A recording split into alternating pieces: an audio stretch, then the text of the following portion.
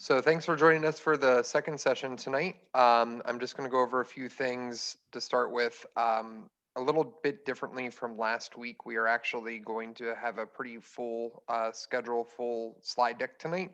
So I'm going to ask everyone to keep themselves muted as we go through. And as you have questions, just drop them in the chat and Brittany will be able to answer them at the end. So I'm going to, in a couple of seconds here, pass things off to Brittany. And then when Brittany's done with the questions and answers are done, I have a few things to go over with the website, and then we'll be done with the evening. So that being said, Brittany, that was a pretty quick minute there. Feel free to take it away. All right, let me just share my screen. All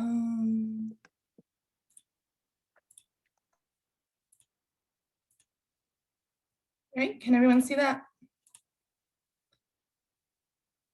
No one's complaining, so I guess that's a yes. You're good to go. Okay, let me just. All right, so my name is Brittany Haas, and I am the Maryland Forest Projects Coordinator for the Alliance for the Chesapeake Bay, and this is our second Tree Troopers training. And I'm actually just going to stop my video because I like to talk with my hands, and that's going to get super distracting.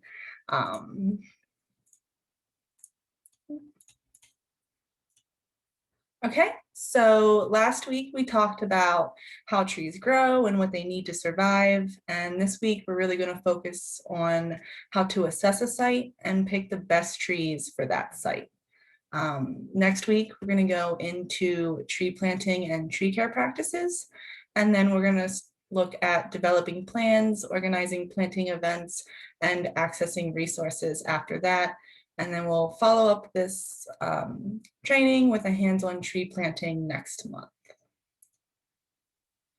So most of what I'm going to talk about today is going to be coming out of the Urban Watershed Forestry Manual, and that is the one on the left with the star.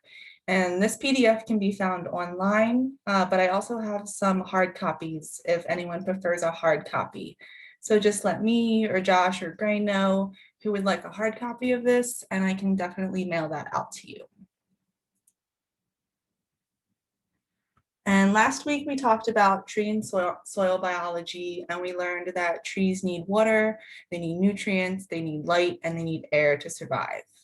And in a garden, you can usually control all of these needs. You can fix the soil, you can add water, you can add nutrients, but in nature, every site's gonna be different.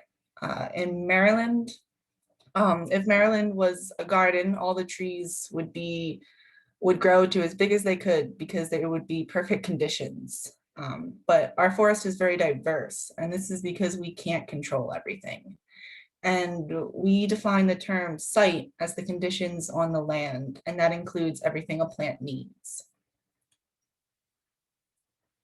So trees on the Eastern Shore are going to be a lot different than the trees out in Western Maryland, and this is because the site conditions are different.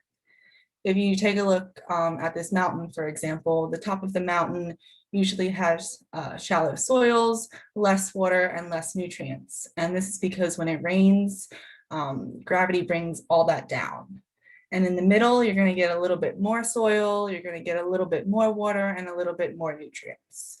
But at the bottom of that mountain, that's where you're going to get most of the water. It's going to be very wet. You're going to have deep soils and a lot of nutrients. And then a climate can even be different on either side of the mountain. And it's these different types of site conditions that lead to tree diversity and shrub diversity, because trees and shrubs, all they want to do is adapt and survive. And all species like different conditions, different soil conditions, different water levels, and different amounts of sun. And that brings us to species adaptations. Trees adapt to certain conditions because we don't have that big garden we can control. Trees' number one goal, like I said before, is to outcompete other species and to just survive. So over time, they just learn to adapt. I'm pretty sure you can see my cursor, but if you can't, let me know. But over here, I have a picture of a bald cypress, and you can see how it's basically in a pond, and you're probably thinking, how can a bald cypress, how can a tree survive those wet conditions? And it's because on adjacent land, they put up knees. And this is how they breathe. This is how they have adapted to those wet situations. In this picture over here, this is a picture of a pitch pine. Pitch pines you would usually find on the top of mountains. They tolerate dry soils and poor soils. This is something you would find out probably in Western Maryland because it's more rockier, more mountainous. And then down here is a beech tree. Beech trees are very, very slow growing. They're an understory tree and they're a shade tree. And since they're so slow growing, they can't outcompete other trees. So they've learned to just deal with it. So that's why they're a shade tree. So we're going to learn how to do a site assessment and what to look for on a site and how to pick the best trees for that site and to make sure that those trees also meet your goals. You can amend a site slightly by picking up trash or removing invasives, but you really want to pick a tree that's going to do well on that site. It's going to be less work and less money. You don't want to have to amend anything. So you don't want to change like the soil or have to change the topography.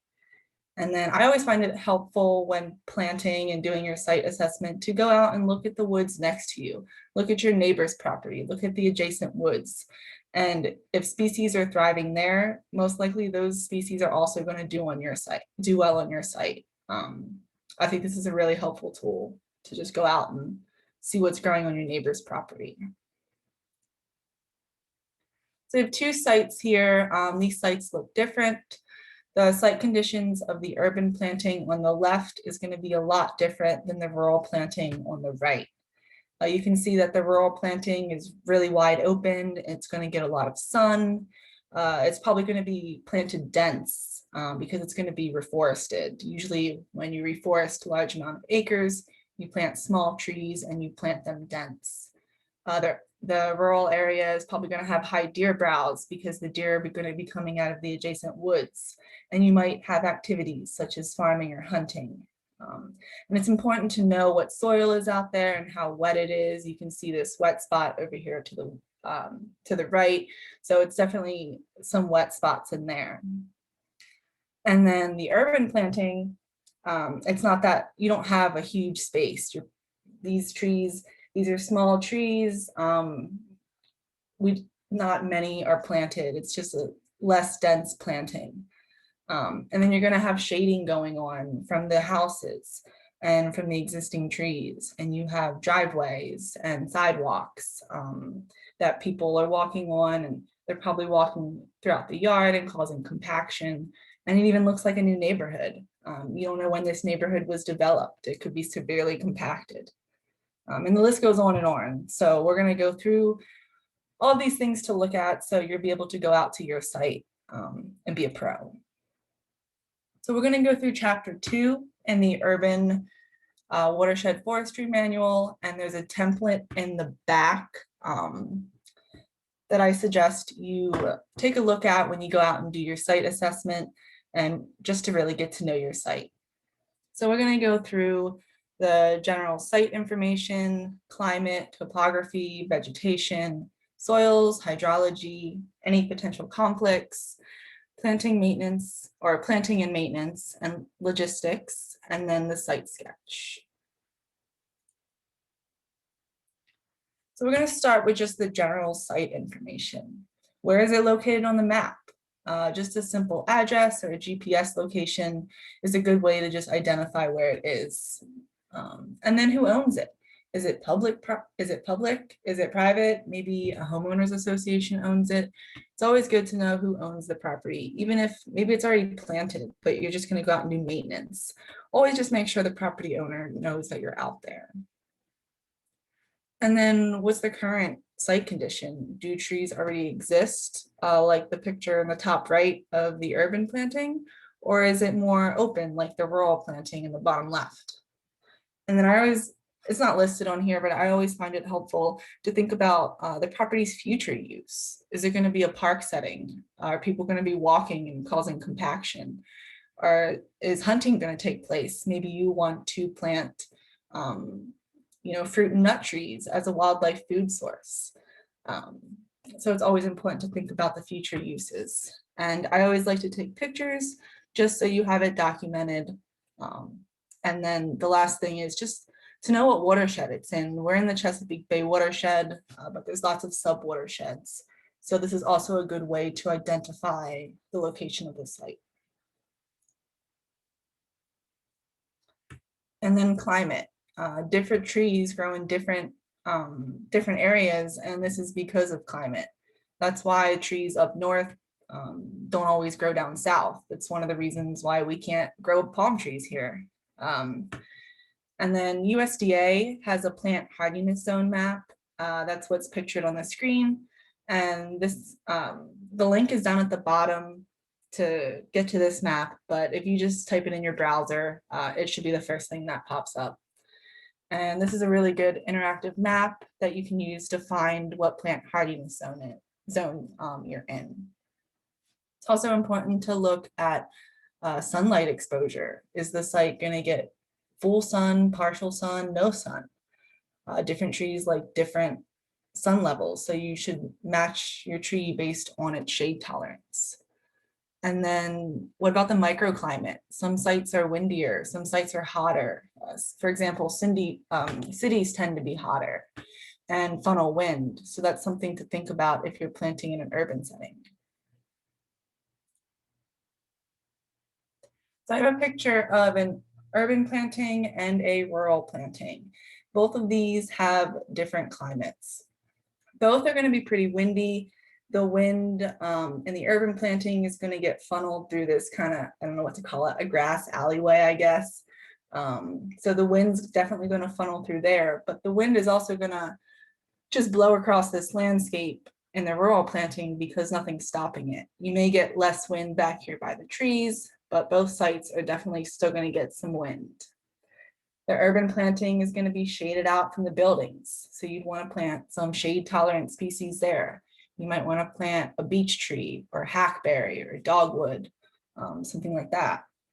And then over here, you're going to get, in the rural planting, you're going to get full sun out here in the middle, but around the tree line, you're going to get maybe no sun or partial sun. So again, you might want to plant some shade tolerant or partially tolerant trees. Holly and maple are another good example of trees that can withstand some shade.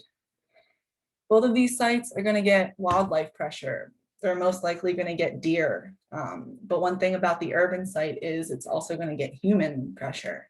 You can see there's trash on the ground. There's a sidewalk here. You're going to have people walking by. You might want to cage these trees.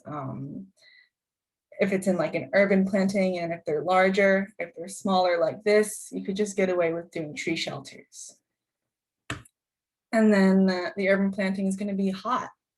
All this sun is going to reflect off of the building. It's going to reflect off the pavement. This area is definitely going to be hotter than a site like this. And then if you have a hedgerow or like a forest, you're also going to get natural regeneration that seeds in. And that's something to think about as well.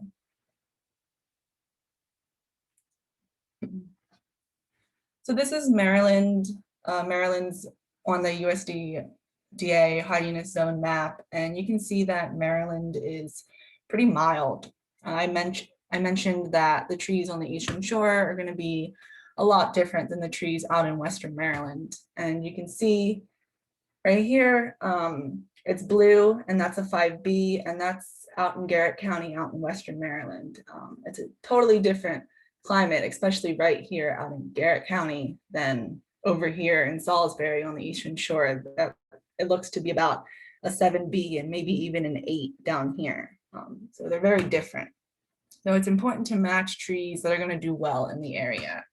And gardeners use this tool a lot.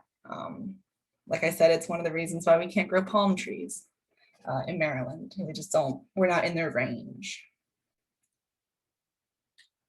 Loblolly pine is also a good example of a tree that does well in the south and on the Eastern Shore of Maryland, but it's not going to do well really anywhere higher than us. You can see that The eastern shore of Maryland right here is at the top of its range, and you have Delaware as well, but it's not going to get out into Garrett County. It's not even going to get out into most of Maryland. But it does enjoy the South states. Really, it just doesn't, it can't tolerate many days of extreme cold. It hurts the buds and the roots, but it's a really good tree. I've planted a lot of them on the eastern shore, and it can tolerate a lot of conditions, and it's a really good wildlife tree because it provides that shelter all year round. And then topography, we kind of already talked about this when we talked about the mountain in the beginning, that this top area is going to be a little bit drier, it's going to be more windy, and then down here it's going to be wetter. And you're also going to get some shading down in here from the existing trees. So it's something to think about when you're planting on a hill. You might want to plant your drier species up top and your wet species below. So this is a site that you could consider planting. It's a really great place to plant. It's wide open. There's not really a lot going on in terms of conflicts or things in the way. But you do have this drain here and a lot of topography. You can see here that the water is probably going to come down here. It might come down from this hill up here and over here. So this could potentially have some standing water or just be really wet. So you would want to put your wet tolerant species there. And since it's so open, you're also going to want to put some sun loving species there. And then vegetation, it's always important to note what vegetation you have out on the site. Is it mowed turf? Are there other herbaceous plants out there? Maybe there's nothing out there. Maybe there's trees or shrubs that are existing. You might want to keep some of the trees and you might want to get rid of them. If they're invasive species, you should definitely get rid of them because you don't want them to spread. And you should always try to treat the invasive species first, and definitely watch out for stuff creeping in from other properties. So adjacent forests, maybe your neighbor's property. And I would try to check all times of year if possible, just so you don't really miss anything. I know that can be unrealistic if you're on a time crunch, but just try to get out there and really look around, because it's important to get the invasives before they get out of hand, which brings me to this picture right here. This is a site that we reforested with small seedlings and tree shelters. And this is all mile a minute. This is an invasive species. And we went out there, we didn't see it. It must have been in the seed bank. It was probably hiding out back in here in the existing forest. So we should have checked harder for this. But now we're gonna have to go in and fix this. And then this site over here, this site, we haven't planted this site yet, but this is all autumn olive. And we're gonna have to treat this before we plant it, just so we don't have to deal with it later. It's a lot cheaper and easier to take care of the problem before you plant.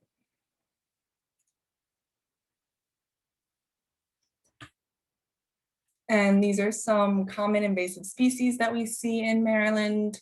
And invasive species are non-native and they take over because there's just no competition. They're not favored by the native wildlife, they're not favored by native insects, and they're not usually favored by native birds. So you definitely want to stay away from these. And if you see any of these, get rid of them. I'm just going to go over some of the pictures on over here. This is Tree of Heaven. It root suckers, so it spreads really quickly, and it looks like sumac and walnut, which are both native trees. But one really cool fact to identify Tree of Heaven over the other two is that if you take a Tree of Heaven leaf and you crush it in your hand and you smell it, it's going to smell like rotten peanut butter. It's going to be unpleasant, but it definitely has that peanut butter smell. So that's a dead giveaway that is Tree of Heaven. And then this is autumn olive. It's usually seen on the side of highways and disturbed areas. It's got a red berry and a silver underside leaf. If you see this, you definitely want to get rid of it. This is a Bradford pear. It's blooming wild right now.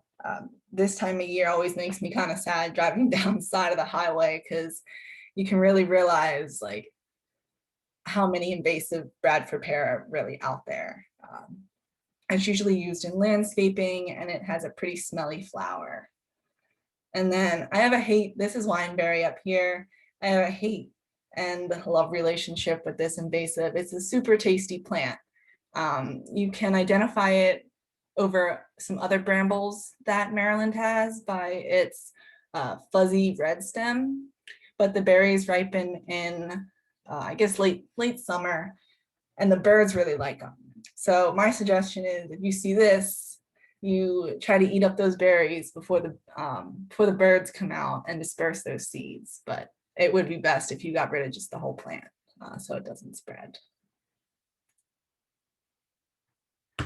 And then soils. We talked about soils last week, and that the best thing to do is kind of just match your tree with the soil that you have on your property. You don't want to amend it. It's very time consuming, it's very expensive, and it's going to need repeats. It's not a forever fix.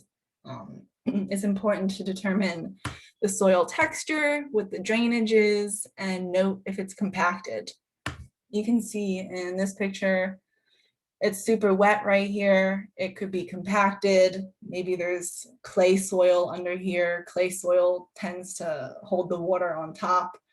So it's a really good idea to just get to know your soils so you have success from the start. And you can get a soil test from the University of Maryland Extension.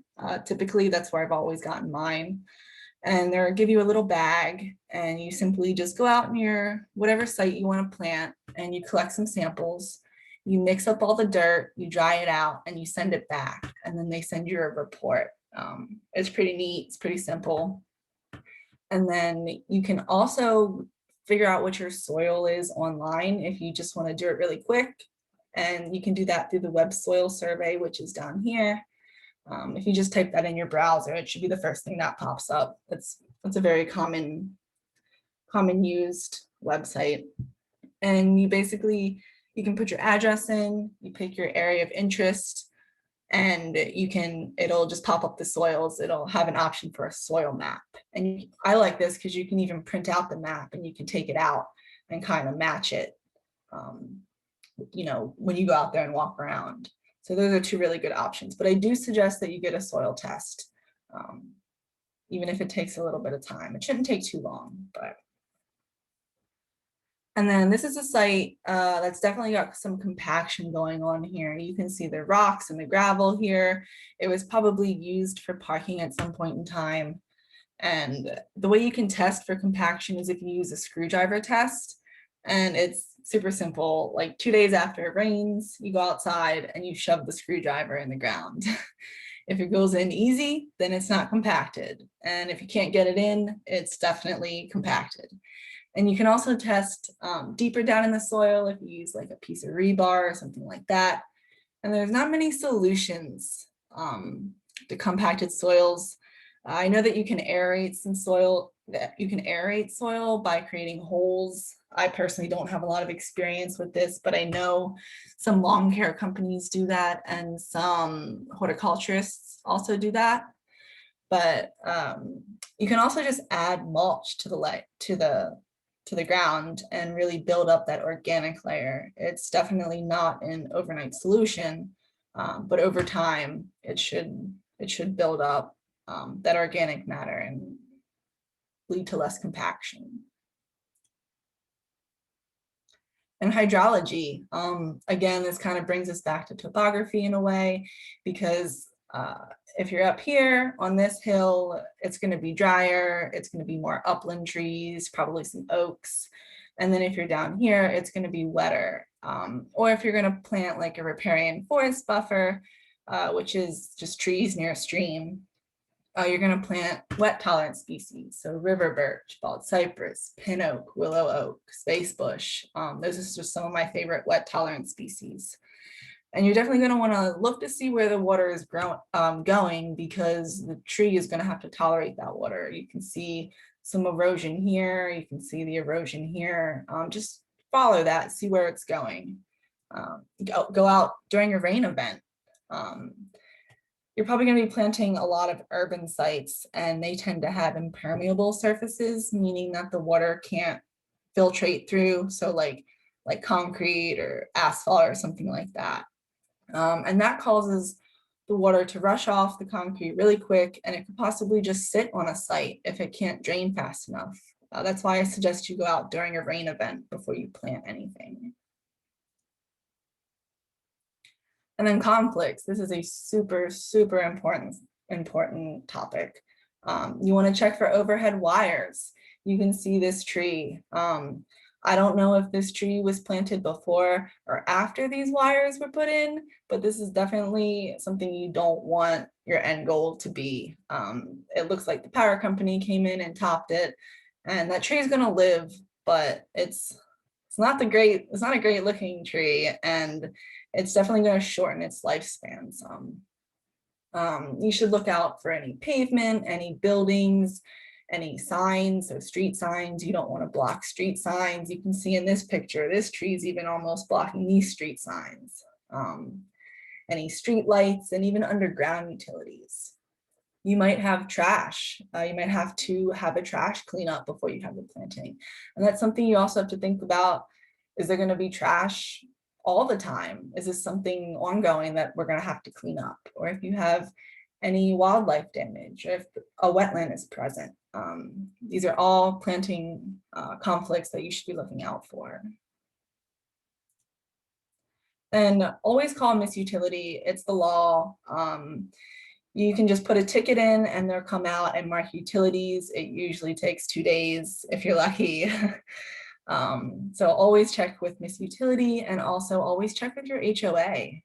Make sure you know what their regulations are, and that you're not going to put all your effort into planting these trees, and then the homeowners or the organization is going to tell you, oh, you can't. So definitely check with them. This is an example of deer browse on existing trees. This tree over here got nipped by a deer, and this tree over here got rubbed by a deer. They like to rub their antlers in the fall and winter. And we see this all the time. It's a huge problem. It's why we cage trees. It's why we put tree tubes around them, and even fencing if you have the option.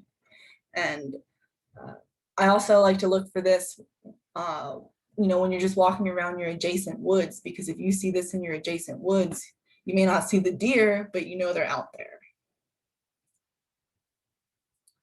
This is an example of a tree that's planted too close to the fence. This tree should not have been planted here. It's gonna grow into this fence. This fence might have to be replaced. The tree could damage the fence could damage the tree. It's just not a good spot. You're gonna wanna watch out for any fencing, things like that. And then this is another thing you wanna look for when you walk around the woods: beaver damage. If you see this, you're definitely gonna wanna put at least cages around the bottom of your trees. You don't wanna spend all your time planting trees to have the beavers just chew them off and carry them away. So you definitely would wanna cage them. And then planting and maintenance logistics. This is really important for volunteer plantings. And really, it's just, how are we going to get it done? How are we going to get the supplies to the site? Where are we storing the trees and the mulch? Or is there parking? Are there bathrooms? And who's going to do the maintenance? Maintenance is the most important part of a planting, because you're putting your time and your money into it. And you really want to make sure it's maintained, just to ensure the survival. And that brings me to water. A lot of urban tree plantings require more water because they use larger trees. How are you going to get water? Is there a stream nearby? Is the county going to help you? Is the fire department going to help you? Is there a fire hydrant? How is that site going to get watered?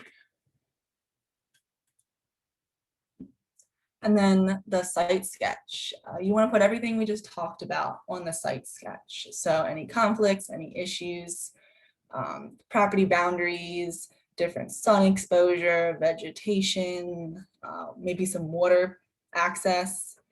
And the map can be as fancy or as not fancy as you want. You can print maps off the computer, you can draw it by hand. It doesn't really matter as long as it portrays what's going on the site. This was a simple map we made where red is the property boundary, blue is the water, and then green is just simply the planting boundaries. So a simple map that was made online, but it really just gets the point across. This is an even simpler map. This is a good way to just get started, especially if you're planning with others. This was a school, so the school actually sent us this picture. And the red is where they can't plant, they don't want to plant, and then the green is where they want to plant. So a great way to just get started. And these are the mapping programs that I really like. ArcGIS has a free version online. If you just have a public account, it's free to sign up and it's free to use. And then Merlin is my favorite by far. It's got a lot of different cool layers, which I'll show you on the next slide. And then Google Earth, you can also get aerials and just print them out and kind of just draw on them. Or you can use that web soil survey, which I talked about before, and you can make a map and get your soils all at the same time. Can I jump in here for a quick minute? Sure.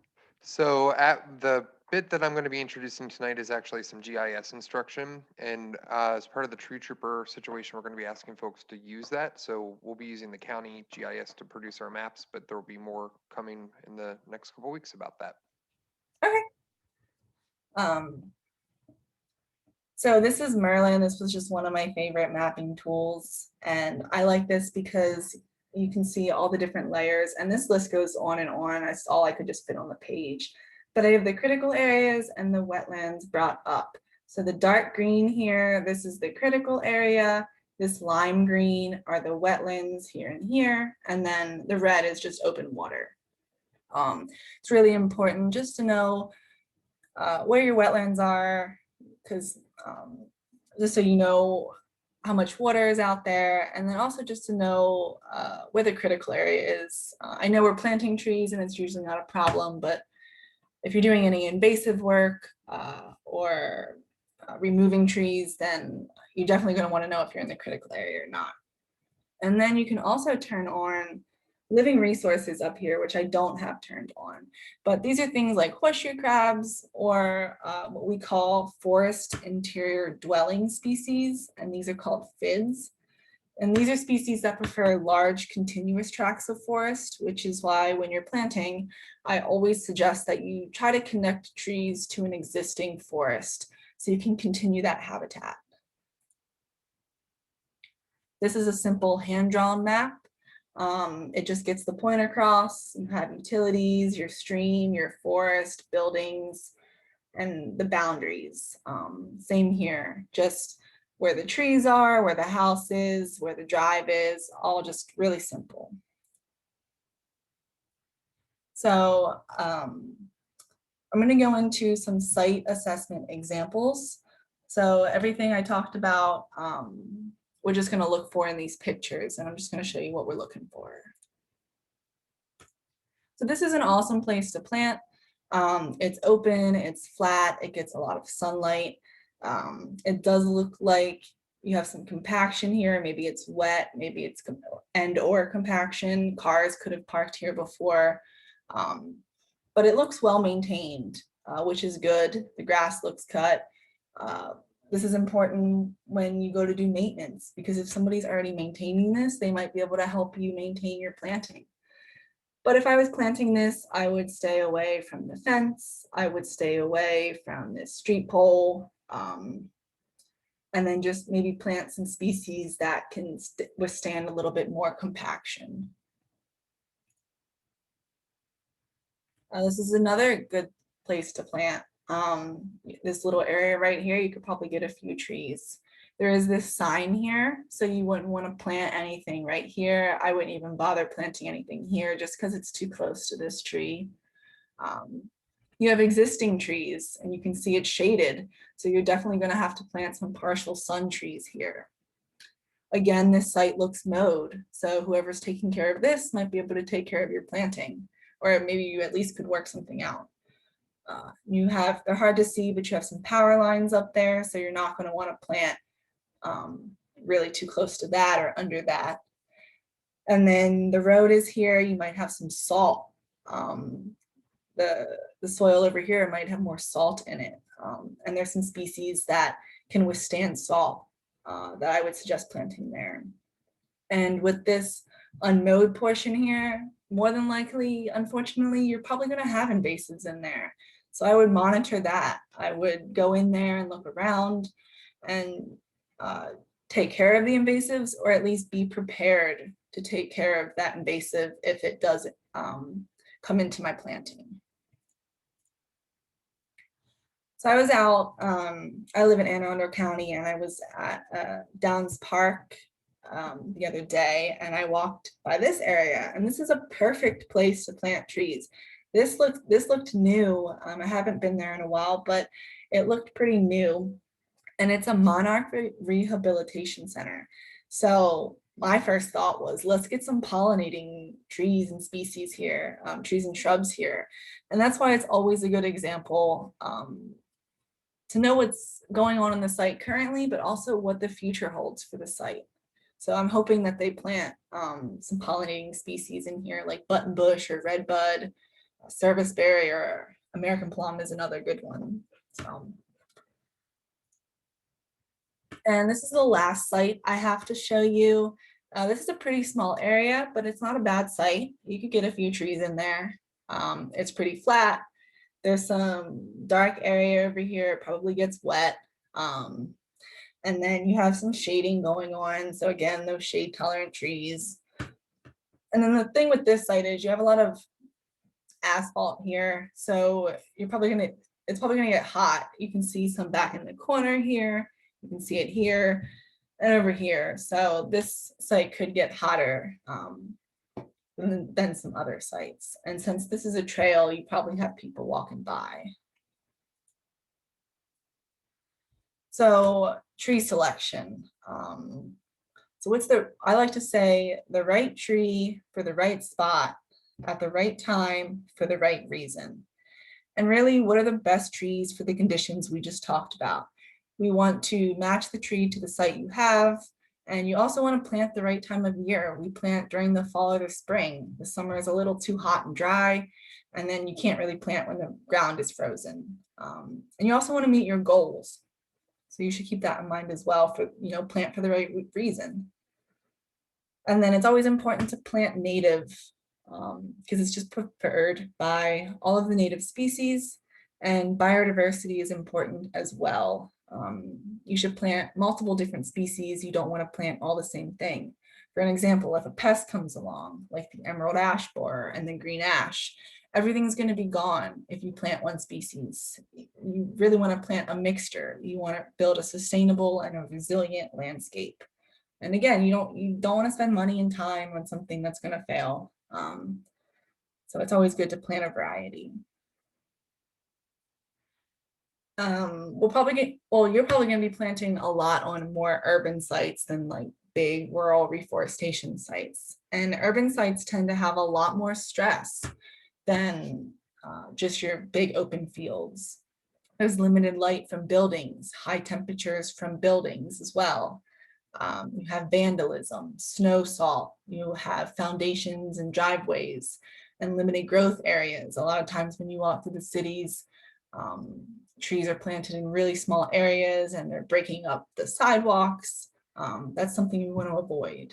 There's also a lot of competition and compacted soils and pollution.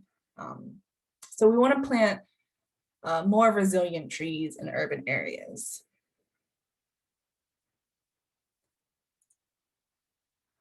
This is one of my favorite books to look up trees in. It's an urban tree guide by Casey Trees, which is a nonprofit in DC. You can find this PDF online, and it'll tell you the shape of the tree. It'll tell you what grow zone it is, so that plant hardiness zone. It'll tell you the height and the spread, how much light it needs, how much heat it can handle, which is cool because I see this in some books and I don't see it in others. So So it's really neat that this has that heat aspect in it. And also salt, and it'll even tell you if it produces fruit or nut trees. So that's really cool. And it'll tell you what suitable locations. I've also have never seen this in another book besides this one, but it'll tell you if it's good for a park, or if it's good for street plantings, bioretention areas, or parking islands. So I thought that was pretty neat. And this is in the back of your urban forestry manual. This is super simple to follow, and it's got a lot of information. I know I'm gonna get like a lot of questions that are like, what tree should I plant here for this pH, for this soil, for this light? And there's a lot of information out there. And I do know my trees pretty well, but things can get mixed up. And I really just suggest looking at these resources because they can tell you a lot about a tree. So for example, this chart is in the back of your book, and T is tolerant, M is moderately tolerant, and I is intolerant. And it'll list the common name, the scientific name, what zone it grows in, and then the soil moisture. It gives you a huge range. Prolonged drought is really cool to see in there. And then it also gives you your sun exposure, how much sun it needs, what type of soil it prefers, drought and flood tolerance, how susceptible it is to pests and disease, and soil compaction and salt, and also pH level. So it's kind of like a one-stop place to find all the information you're going to need.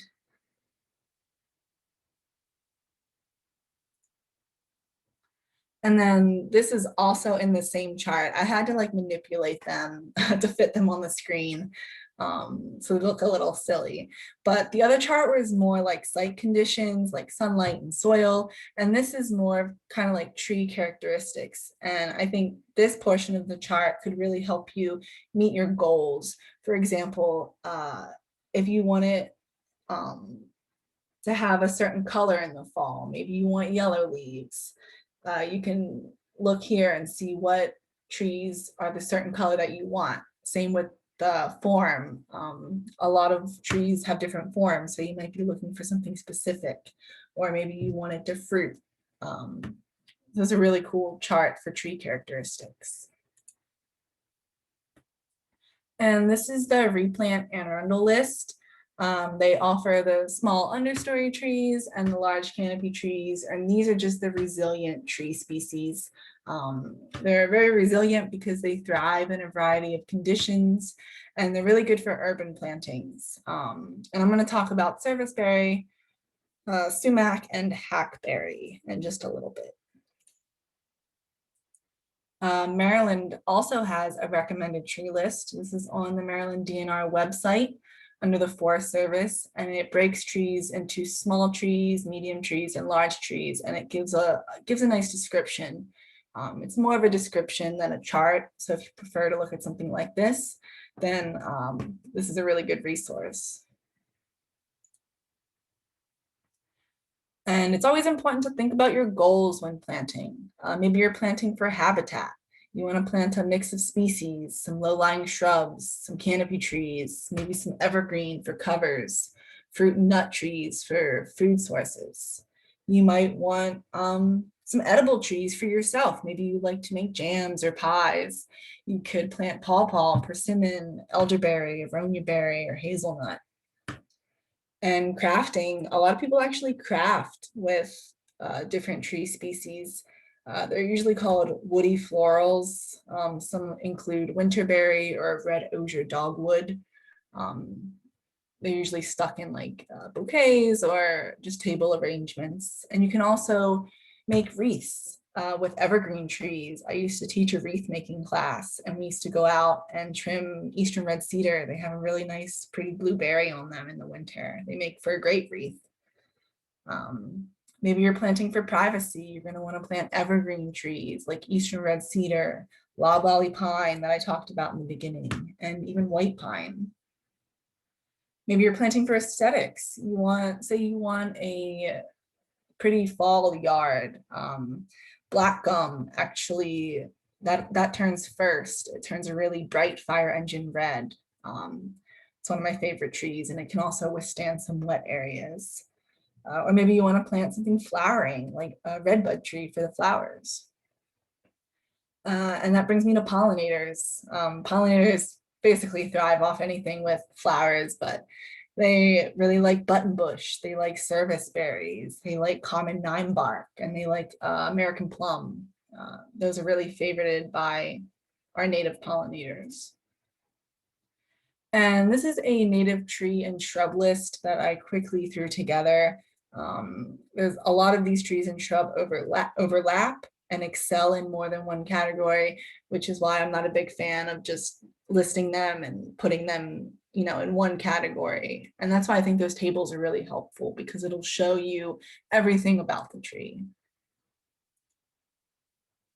So I have about, I think 5 to 10 species that are my favorite that I'm just going to go through. We're running out of time, so I'm going to go through them quick, but this is all recorded, so you'll be able to watch it again. And feel free to shoot me an email or ask me questions at any time about any of these species.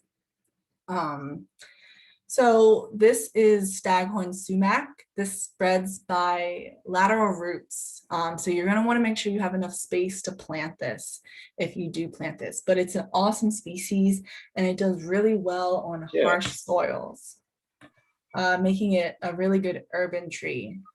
Cool. Thank you very much. It prefers full sun and can withstand clay, loamy, sandy soils. So it's very diverse, and it can withstand dry or moist soils. It gets about 50 feet tall. I don't think I've ever seen one that's gotten that big, but hey, if the site conditions are right. And then hackberry. This is an amazing tree. It's really awesome. It has this really cool bark that kind of stacks on top of each other. It's kind of wild looking.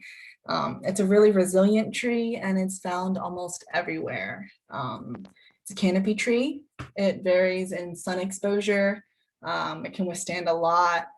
It can do well in wet riparian areas and even in dry areas. It has an edible berry, but it's really a really small berry with a really huge seed. So it might not be great for humans, but the wildlife definitely likes it. And it holds the fruit over the winter. So that's another, that makes it a really good wildlife tree, because food is more scarce in the winter for them. But since it holds on to the berries, they can grab that in the winter. And it's it ranges in height and spread. It can be 40 feet wide and tall or 100 feet wide and tall. It just depends if it's in those good site conditions. And then downy serviceberry. There are many serviceberry varieties, but this is the largest one. It gets up to 25 feet tall, and the fruit is edible. It tastes like a tart cherry. It's typically made into jams. And it ripens in June. It's also called Juneberry. You might have heard that because it ripens in June. And you can make pies and jams, but the birds eat them really fast, so you definitely have to beat them to it. It's a good urban tree. You would think maybe it wouldn't be a good urban tree because it fruits, and you wouldn't really want fruit on your sidewalk or in an area like that, but the birds eat them so quickly that they don't even have time to drop. Which is kind of crazy, but it's also got amazing fall color. It's used in landscaping a lot. It's a 4-season tree because you have flowers in the spring, fruit in the summer, pretty leaf color in the fall, and then also pretty bark over the winter.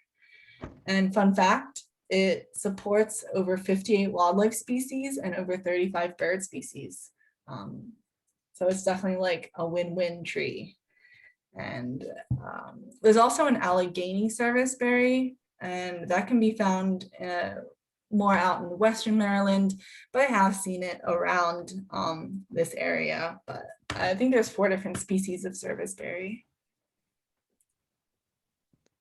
And then pawpaw. Pawpaw is usually found on the coastal plain. It's a small medium tree, and it prefers full sun and loamy or sandy soils, and also moist soils.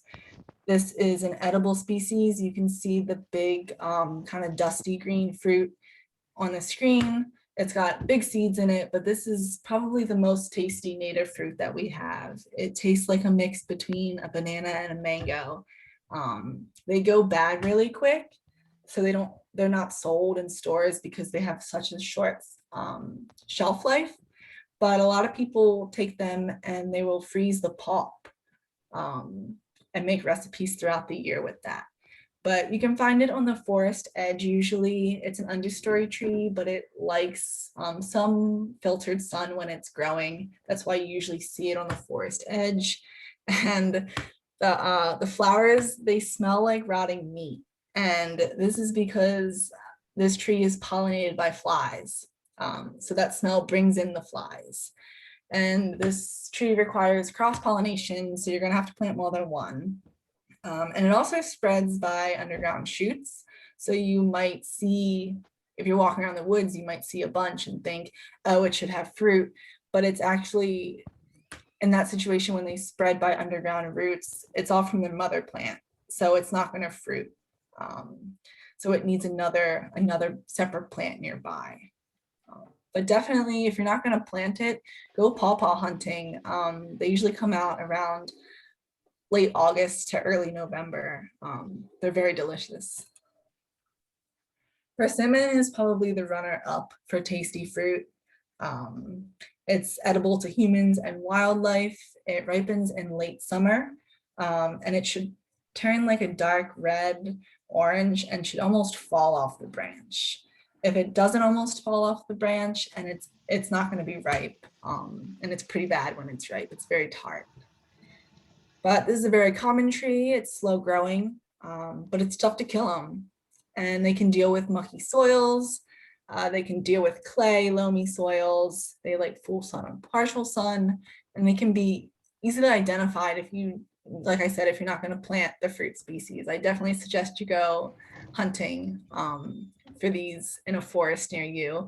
But you can see it's got alligator bark, which is easily identified, and this real waxy leaf that tends to curl. So definitely an awesome species.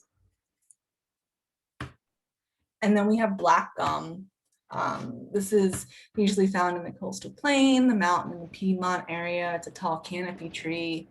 It can get up to 75 feet and 20 to 50 feet wide. It can tolerate full sun or partial sun in loamy or sandy soils, and can tolerate a range of soil moisture. Some people call it sour gum, so you might have heard that. And it's great in urban areas, and it's super common in the forest. It doesn't grow very fast, but it does tolerate a lot.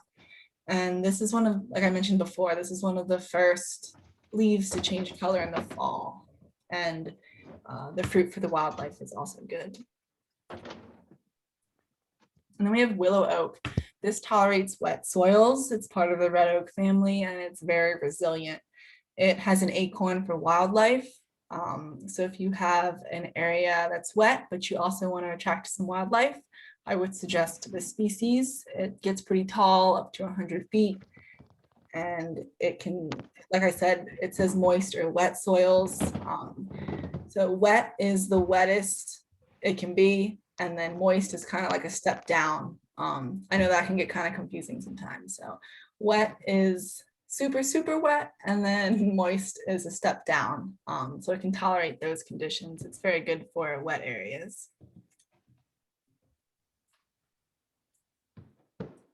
And then the northern red oak. This does really well in urban and rural plantings. It's a great wildlife tree because it has that acorn, and it's super fast growing. If you want to plant an oak, but you know oaks tend to grow slower, this is the fastest growing oak you can get.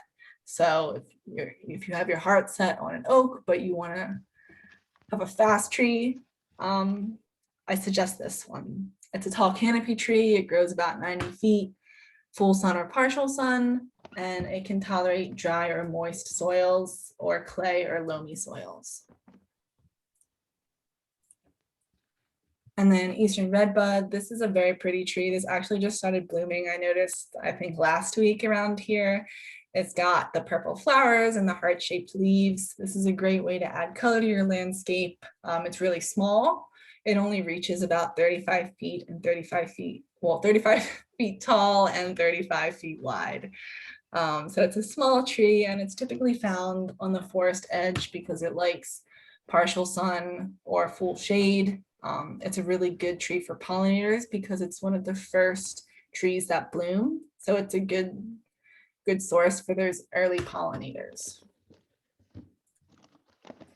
And then American sycamore, this is the last tree that I have. This is very fast growing. It grows naturally and by rivers, and it's seen in fields, and it's used in urban plantings because it's super resilient. And deer do not like to eat them, which is hard to believe. So if you have a spot with a lot of deer that's super wet, I highly recommend the American sycamore. And it has this really cool camouflage bark, which I like. So all that information I pulled is from the Chesapeake Bay Native Plant Center. And the Alliance for the Chesapeake Bay partners with the US Forest Service on this website. And you can type in trees that you want to look up, but you can also search by soil type. You can search by water tolerance, flowers, fruit, fall color. It's a really amazing resource. And sometimes it's hard to, go to a book and have to look through everything because your soil's wet. That's what you need to plant. So you could just go here and type in, you can search for the wet species and it would give you a whole list. So I love this site. And this is the Virginia Tech Dendrology site. I use this a lot for tree ID because it offers a lot of really good picks. It doesn't really give you a lot of site information about it, but it does, it's good for ID. And that is it. I think I made it with like 3 minutes to spare before 7, but hopefully y'all at least walked around in the woods last week and looked at some branches and did your homework from last week. The homework for this week, I would like you to look up your USDA hardiness zone and soil type. You can do this at a site that you want to plant or just your house if you don't have a planting site in mind. Doesn't really matter. And then I just have some tips for the Web Soil Survey down there.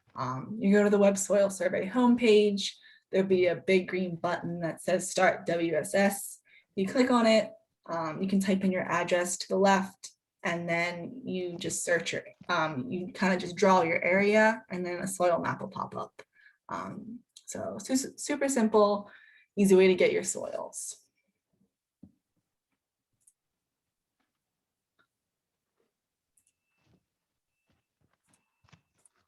And that's it. Yeah. Thank you, Brittany. I think we have quite a few questions. Gray, do you want to moderate that? Sure, let me just pull up the document. So, wondering if Allison H, oh, it looks like I know she had to leave early. So her first question is, what is regeneration? You mentioned it when you're talking about site selection. So natural regeneration is basically just seeding in from the existing forest. So the birds of some plants get seeded in by wind, sometimes birds carry seed. So you just have, if you don't mow a section of your yard, you're going to get natural regeneration. You probably have some sweet gum and sycamore, but it's just what naturally comes up. Awesome. And then Allison Milligan, I know you have a bunch of questions, but you asked one about loblolly, if you want to unmute and ask that one, if you remember it. Hi, Brittany. Thank you very much. This was really excellent. So I'm really happy that you had this talk today. So I visited a site today with a lot of water and super muck. So I could see there were loblollies there. There was a willow oak, but I'm trying to convince the person to put in taxodium, so bald cypress, but I didn't see any bald cypress. But based on what I saw, I think that would be an option. But I don't see how the plant's going to breathe. I mean, it was solid grossness. So what do you think? I definitely think you should plant bald cypress. Okay. That'll shoot up the knees in other places, so it will be able to tolerate, the lack of oxygen. But willow oak and river birch are also super wet tolerant. Bald cypress, you could try planting those, but I do think bald cypress would be the best option. But Okay. And he's putting in a French drain, and he's nervous that the bald cypress may interfere with his French drain. it could happen. Some people don't like to plant bald cypress in like a yard area because of like mowing conflicts, because you have those knees. I wouldn't plant too close to anything, so definitely give it some space. But I think it would be a good species to work at that site. Because I just, it looks prime for bald cypress, so. Okay, thank you very much. I think I actually had quite a, and loblolly also would be, I guess, with loblolly you said was only for the Eastern Shore, because I see so many on the Eastern Shore, but what's the issue with planting them close, more north? They don't like really cold weather. It'll hurt their buds and their roots. So they kind of stick to the Eastern Shore. I grew up in Anne Arundel, and a yard full of loblollies that did fine. But you're not going to see them out in Garrett County. But kind of just like the central and southern area of the state, they're going to do best. And they can tolerate wet soils, but they don't really do well in that super saturated soil. They might grow a little slower. They might make it. Persimmon is another good one that can tolerate pretty wet soils. Oh, really? Oh, that could be interesting. Okay, that's great. Awesome. And then a couple of these questions were answered later on, but I saw Mary Mulvihill, you asked a great question about the water table. If you want to unmute and ask that question. Sure. Yeah, I was just curious, in my area where I live, there's a low water table, and how might that impact site selection for tree planting, if at all? It'll just, if you have a high water table, your site's probably going to hold more water. That's really it. Especially if you have clay soils don't drain as well, so you'll definitely see more wetness there. But if you have sandy soils that drain really quick, and you might not notice a lot of pooling. But I would check your soils and go out during, like I said, during rain events. I find that really helpful, just so you can kind of see the site live, I guess. Right. Thank you.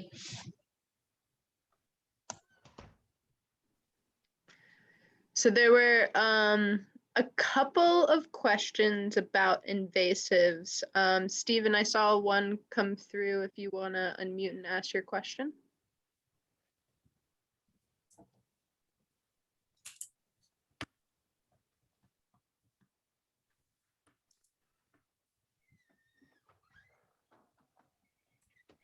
It seems Stephen has maybe left. So the question was kind of what to do about invasives such as tree of heavens, tear thumb, all of those. Control methods are going to be different depending on what invasive it is. You can usually handle them mechanically by just repetitive cutting or mowing. You can chemically treat them. You can girdle them. So it's all going to depend on what species it is. The US Department of Ag has a lot of really great fact sheets on these species. I used to work for the Forest Service, and I would include these in all my plans because they give you, all the methods of control that you can use. and what chemicals you should use if you are going that route. So it's just gonna vary, but if you have any like specific invasives, you can shoot me an email and I can try to help you out.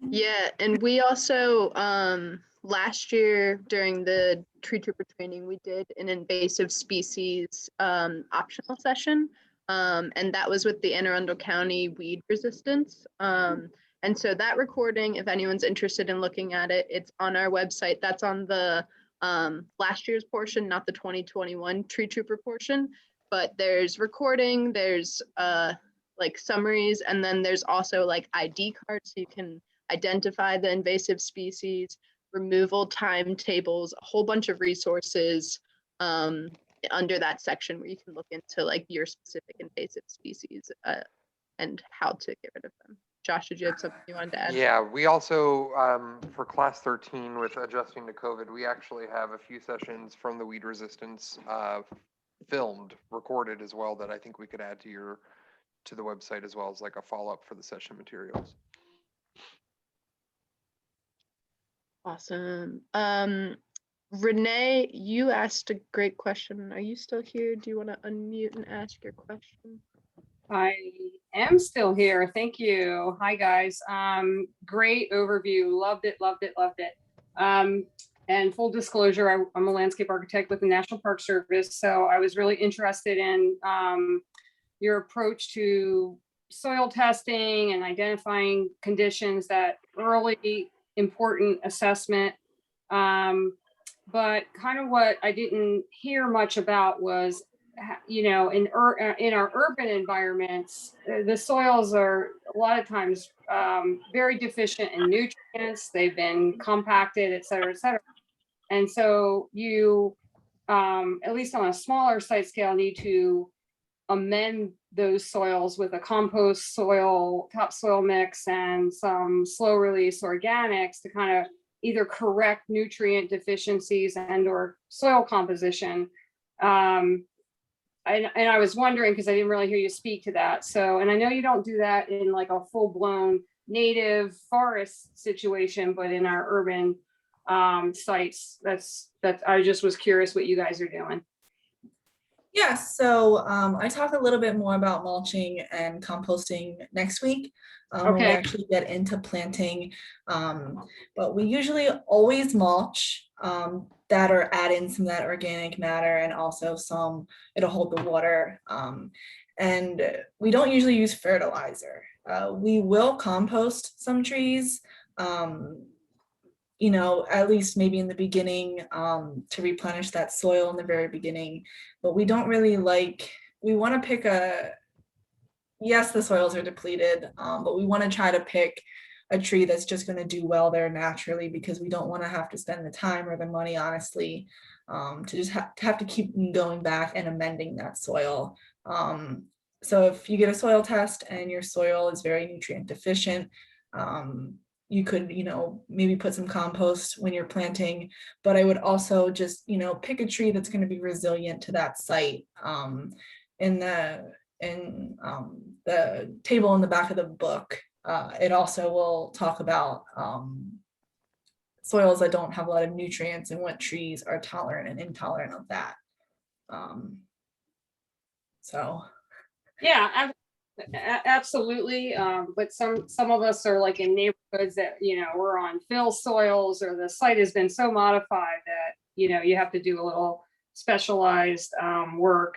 And in my experience, I found that the soil analysis is really helpful for identifying where you need to correct, but absolutely it should be done in sort of a natural kind of compost with, you know, amendments. But all I heard so far was mulch, but it sounds like you're going to cover it next week. So here.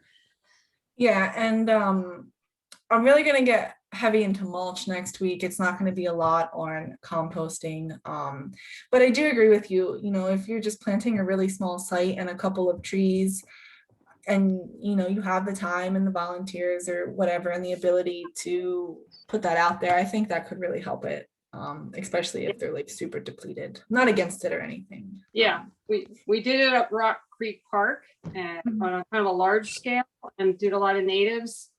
And we actually typed a lot of different locations and had amazing results with the plant establishment. Awesome. Yeah, well, thank you. Good to hear.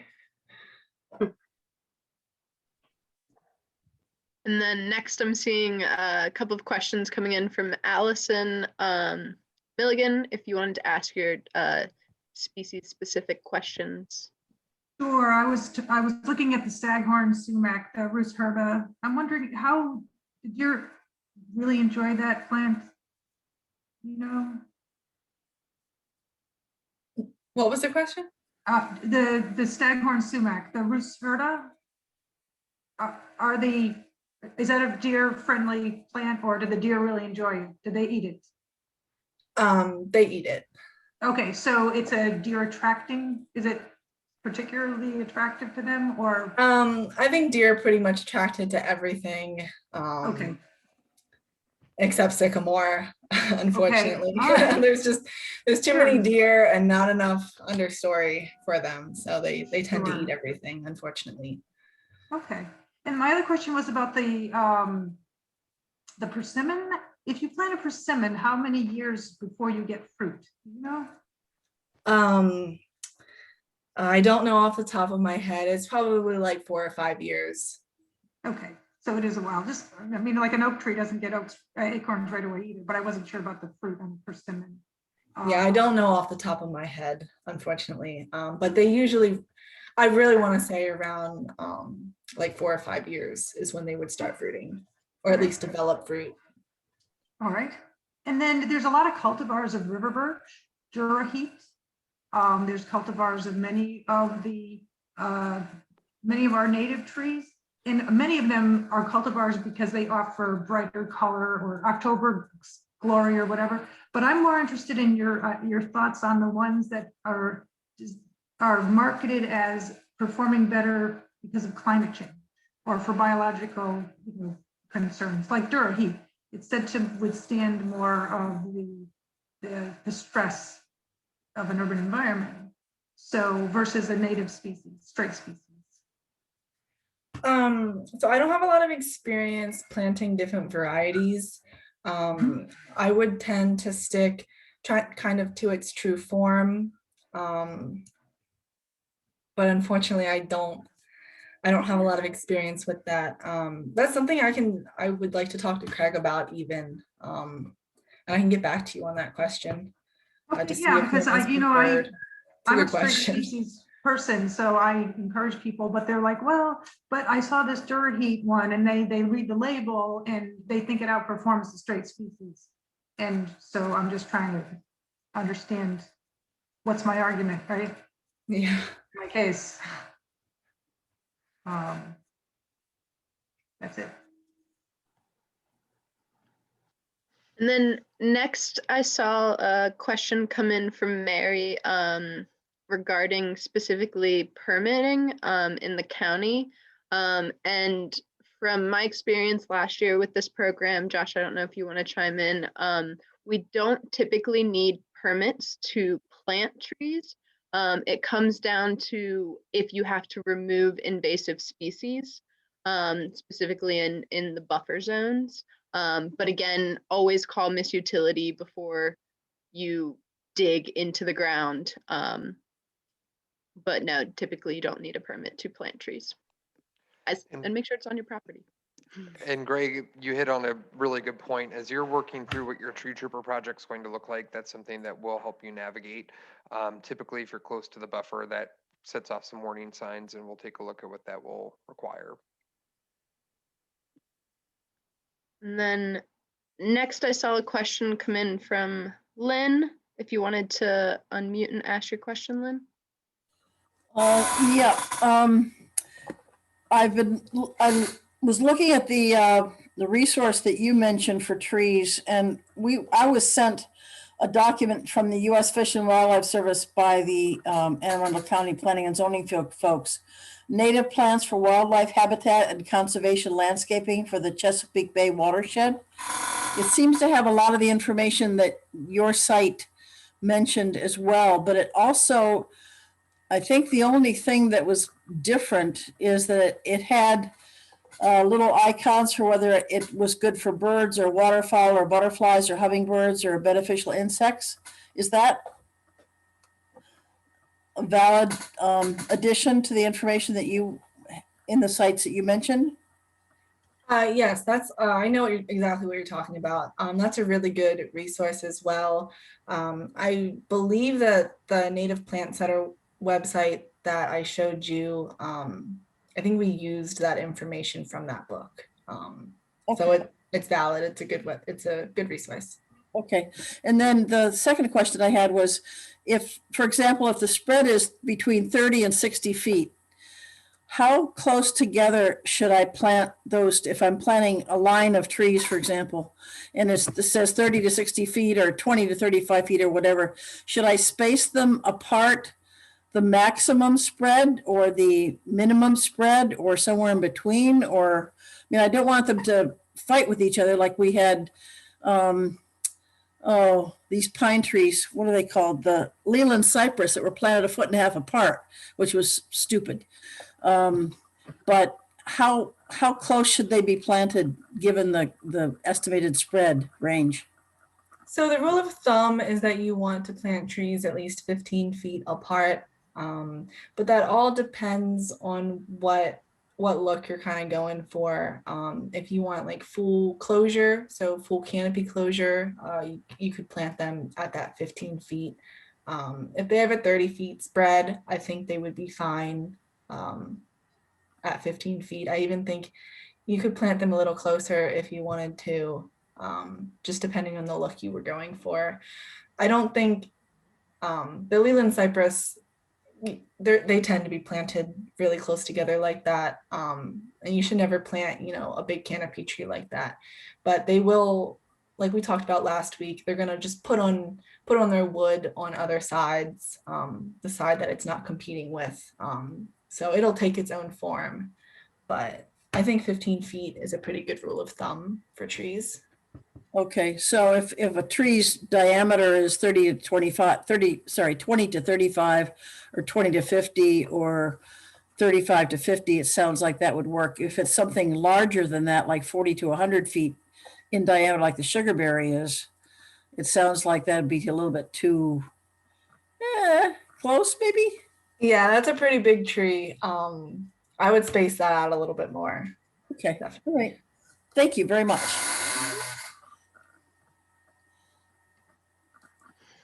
Awesome. And then I saw Cindy, you had a question. If you wanted to unmute and ask your question. Hi, so we have a lot of deer issues in our neighborhood with our trees, and I'm just wondering, once we cage a tree, being a new planting, how long do we have to keep it caged for till it's mature enough to be able to deal with the deer? You're gonna probably want the tree to get at least, I would say, maybe 7 to 10 feet tall, maybe. Just, you don't want the deer to be able to really nip that terminal branch, that top branch. So as long as they can't really get to that, it should be okay. The other thing is the deer tend to rub. So you want that trunk to get big enough so that the deer just doesn't come down and just take the tree down. So probably, and there's no like exact answer. I would say probably 7 to 10 feet range.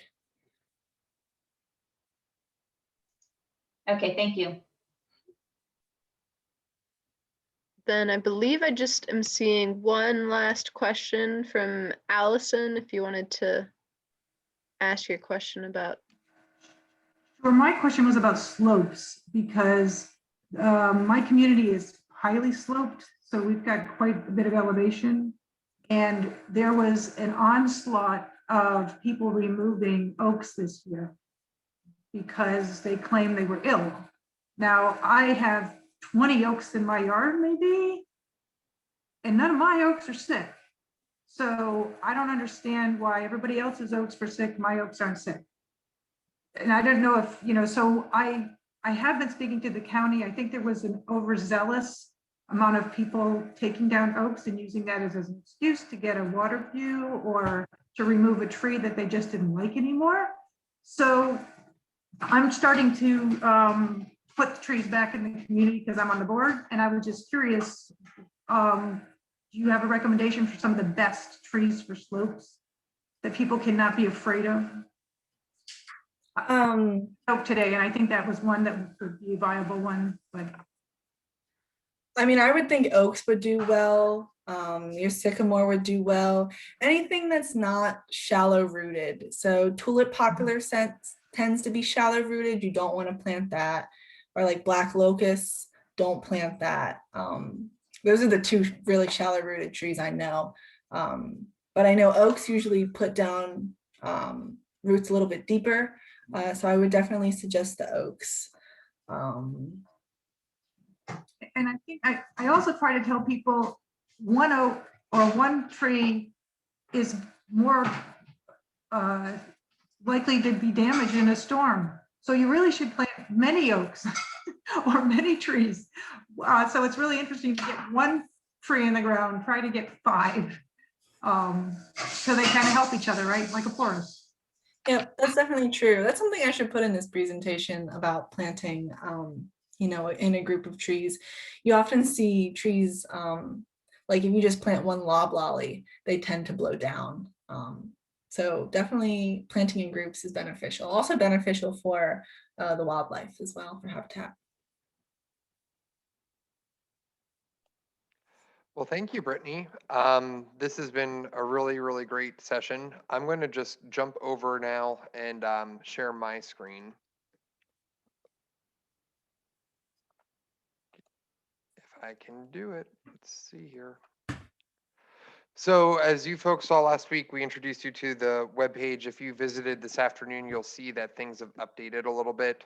The one thing that I want to point out to you tonight, so we are introducing this evening, but under session 4, we have developing plans, organizing planting events, and assessing resources. And we have some pre-session items to review for that night. And this is for the stewards who have gone through training. It might not be bad to take a look at this, but this is stuff we put together for class 13. But this is an introduction to the GIS resources that we have here in county.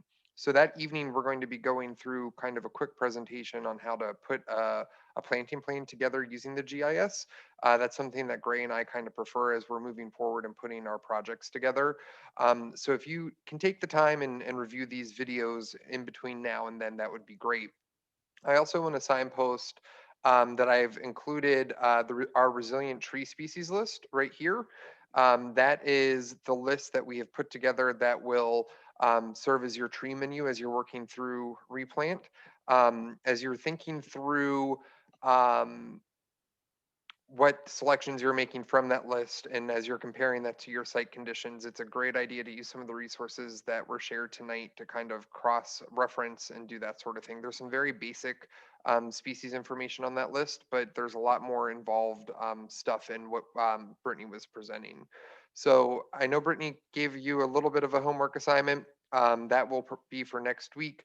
But in the next couple weeks before session 4, if you can kind of look at the GIS, get acquainted with that, that would be great.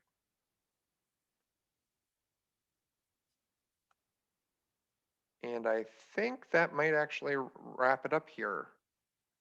And just to answer Gavin's question, we do have them on YouTube. These are all YouTube links. So, you know, proprietary information, we tend to share them with the class and as needed. So these should all be pretty easy to access and link right into the YouTube. So if nobody else has any other questions, we can finish a little bit earlier tonight. And I think Ray will work from there to get an update email, and we'll work to try to get some of these other resources up. And yeah, thank you all and have a great evening. Thanks, Brittany. This has been great. And we'll see you next week. Thank you, Josh. Thank you, Brittany. Thank you, Brett. Gray. Thank you.